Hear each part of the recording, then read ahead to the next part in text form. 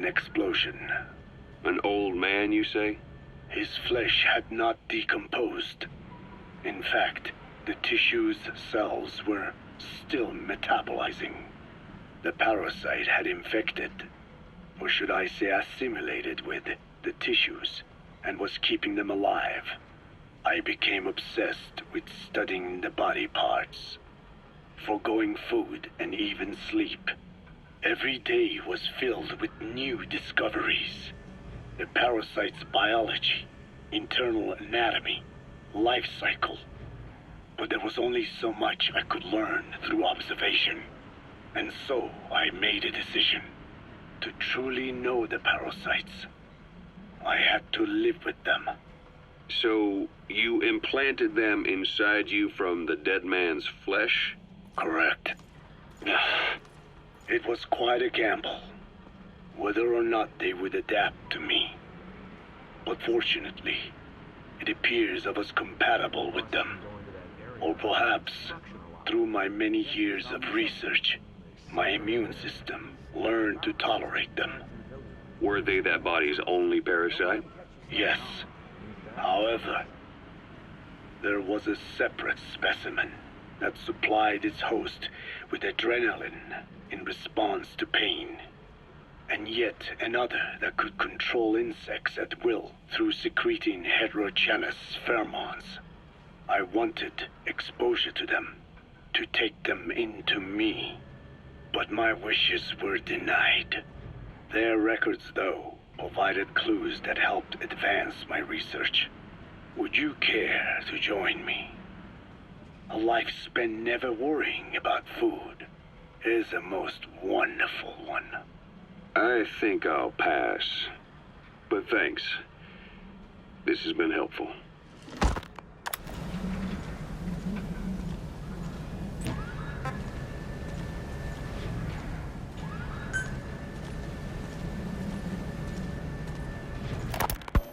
Skullface has finally burned out. The world is rid of his existence at last. Was he still alive? You could say that. But you could also say he'd been dead for decades. What's that supposed to mean?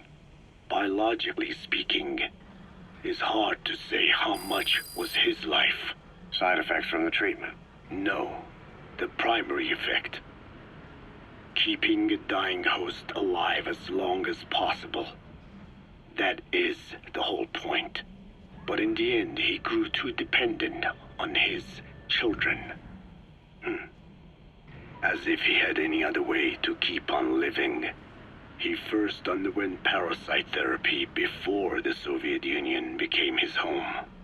His body was horribly burned.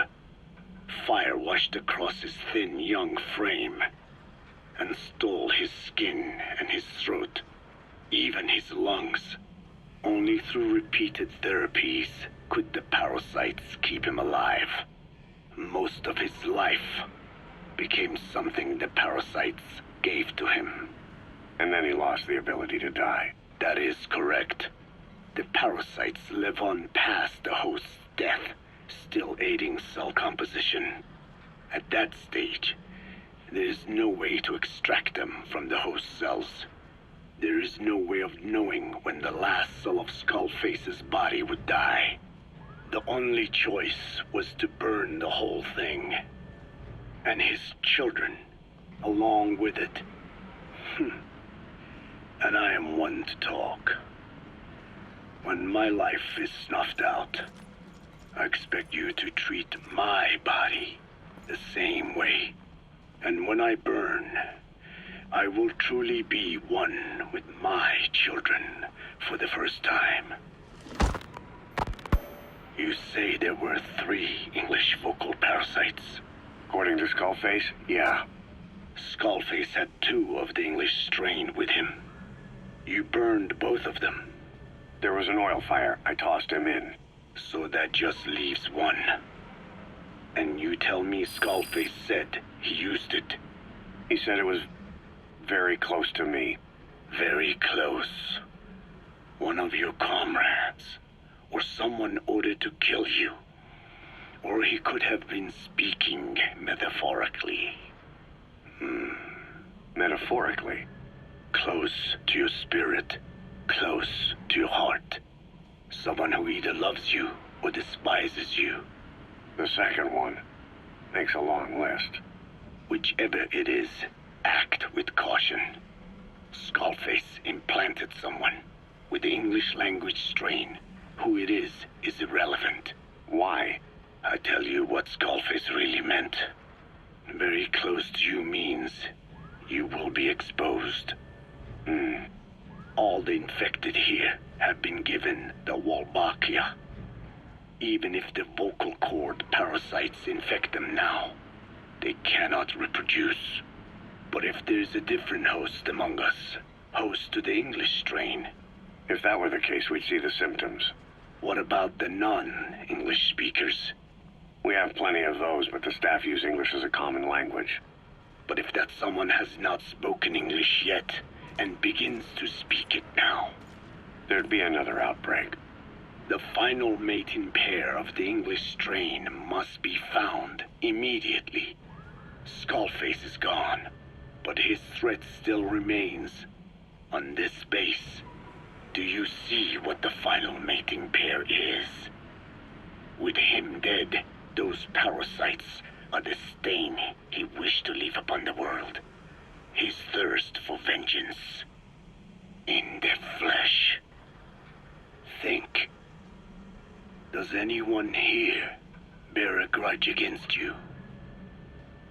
Who would target you specifically?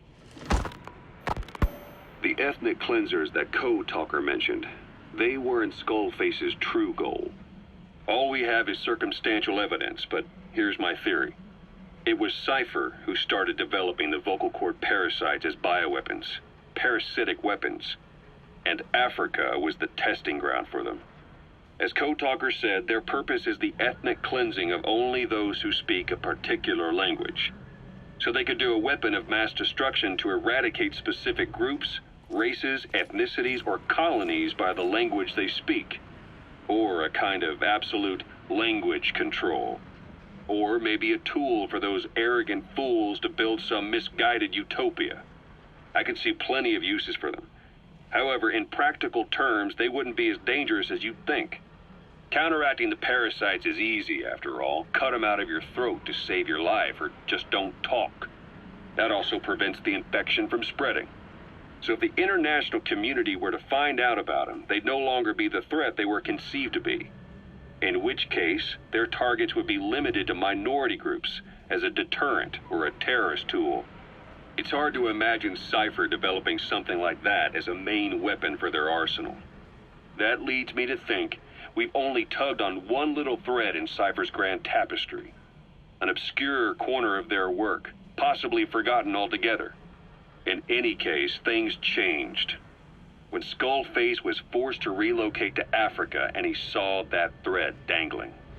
All the time he continued that research, he was secretly following his own agenda. The ethnic liberator parasites. His English language strain. Skullface said there were only 3 samples of the English language strain parasite, and I think we can believe him. Bringing his ethnic liberator's plan to fruition depended on creating an English version of the vocal cord parasites at all costs. But an English strain would have been useless to Cypher. Worse, it could have destroyed everything they'd built. It was the one type they couldn't allow. That means Skullface was forced to develop his English strain out of sight of Cypher's network. Naturally, he couldn't use the greenhouse facility Cypher had set up and filled with guinea pigs. Skullface must have found some secret place to create his precious few English parasites, hiding all evidence like a man cheating on his wife. Somewhere, an entirely standalone environment. And when his plan entered its final phase, he must have made the place disappear. Some little room, could be anywhere, but now nowhere at all. We'll never know where he did it, but to elude Cypher's surveillance, it couldn't have been big. I believe Skullface was telling the truth. There were only ever 3 samples of the English language strain. Why activate Sahelanthropus in Afghanistan? This is how Skullface wanted things to play out. The Soviet Union secretly develops a new type of nuclear weapon and successfully deploys it in Afghanistan. Revealing the existence of Sahelanthropus results in a return to the glory days of the Cold War. The threat it poses reignites the nuclear arms race between the world's major powers. The demand for nuclear weapons increases around the globe. What if you then introduced a nuclear weapon anyone could get their hands on? Non-nuclear nations, militant groups of all shapes and sizes, they'd all jump at the chance. Sahelanthropus was a marketing tool to sell nukes all around the world. But I think it's safe to say that plan was stamped out before it got up and running. The world's intelligence agencies never did turn up anything conclusive on it. After all, Sahelanthropus vanished before word could spread. Everything that's happened is already a fading memory, never to join the pages of history. Except for Cypher. Cypher won't forget.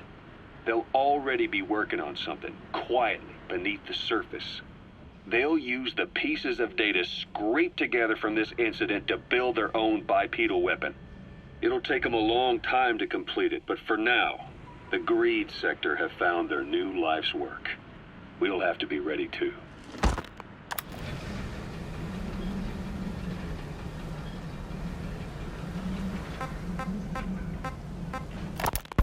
Why activate Sahelanthropus in Afghanistan? This is how Skullface wanted things to play out. The Soviet Union secretly develops a new type of nuclear weapon and successfully deploys it in Afghanistan. Revealing the existence of Sahelanthropus results in a return to the glory days of the Cold War.